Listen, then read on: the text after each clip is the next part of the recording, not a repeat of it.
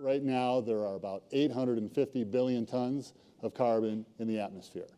It's a hard number to wrap your head around, but just remember 850 billion tons. And that's about a 43% increase since 1850 when human activities started putting a lot of carbon in the atmosphere.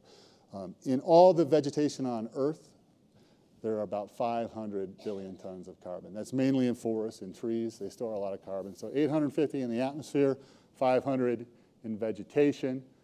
Fossil fuels that are left in the ground that we could get out should we decide to continue down that road. So that's coal, oil, and natural gas are around 1,200 billion tons.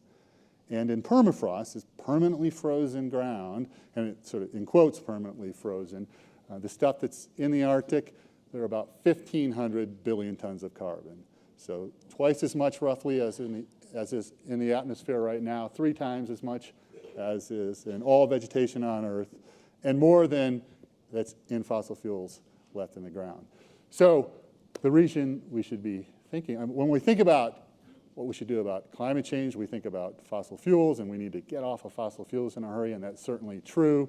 We think, I hope we think about tropical or deforestation, which is mainly happening in the tropics. We need to stop chopping down trees and let trees store carbon and restore forests where we can.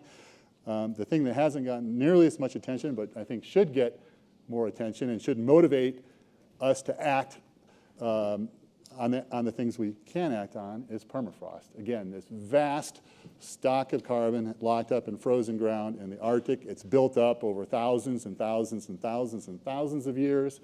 But what's happening now is this freezer is essentially turning into a refrigerator. And just like in your home, if you had a bunch of food stored in your freezer, it's going to be there for a long time until your electricity goes out or until it turns into a refrigerator. And when that happens, that food rots, it decomposes, and in the process of rotting, it's releasing carbon dioxide and methane, which are greenhouse gases. So in the case of the Arctic, when permafrost thaws, these greenhouse gases are released, which causes more warming and more permafrost thaw, and on and on and on.